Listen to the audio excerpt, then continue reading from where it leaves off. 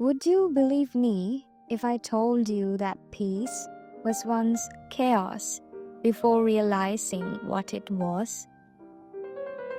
If misery has gotten a hold of your days and you feel lost, depressed, what if it's actually the end welcoming the beginning? Today's art episode, we dive into one of the most powerful moments in life. The moment in our lives that we find ourselves lost, as if we were in a maze surrounded by paths of uncertainty. When we realize we're simply existing just for the sake of survival.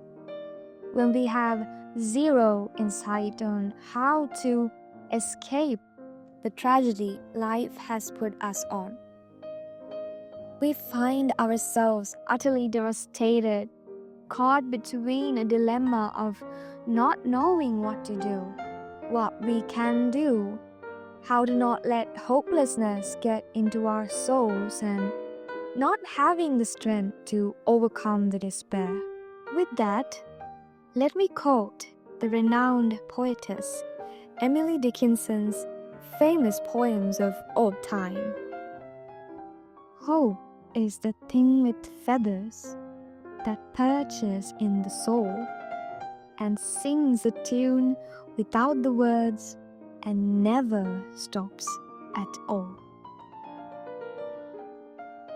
Despair is one of the most powerful feelings a human being could ever experience. The ability to feel, to endure misery and despair summons a much higher entity, an equivalent to despair, but on the bright side, we find hope. Hope is found at the end of despair.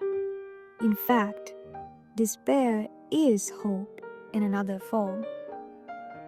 Both of them are polar opposites, but they are born from each other. Let me say it like this. Despair is the hand you find unable to move, and hope is that same hand that will reach out to you even when you are numb and paralyzed. And when you finally accept the probability that your numb hands can be moved, you summon hope into your veins, the strongest feeling despair could ever be, transforming chaos into peace, molding hands that belong to a better you.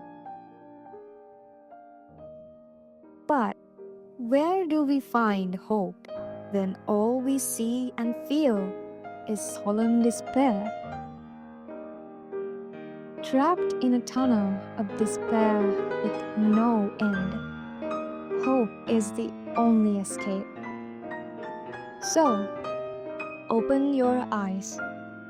Look for an escape, a plot hole, somewhere or something, anything that calls your name. For me, hope was art.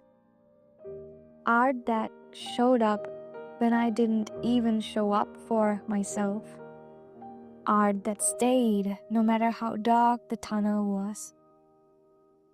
Art that helped me escape, finally. So, hope comes in all forms. A hobby for some, a mere distraction at first, that eventually goes bigger and bigger until it drowns the old you that was already dying with despair.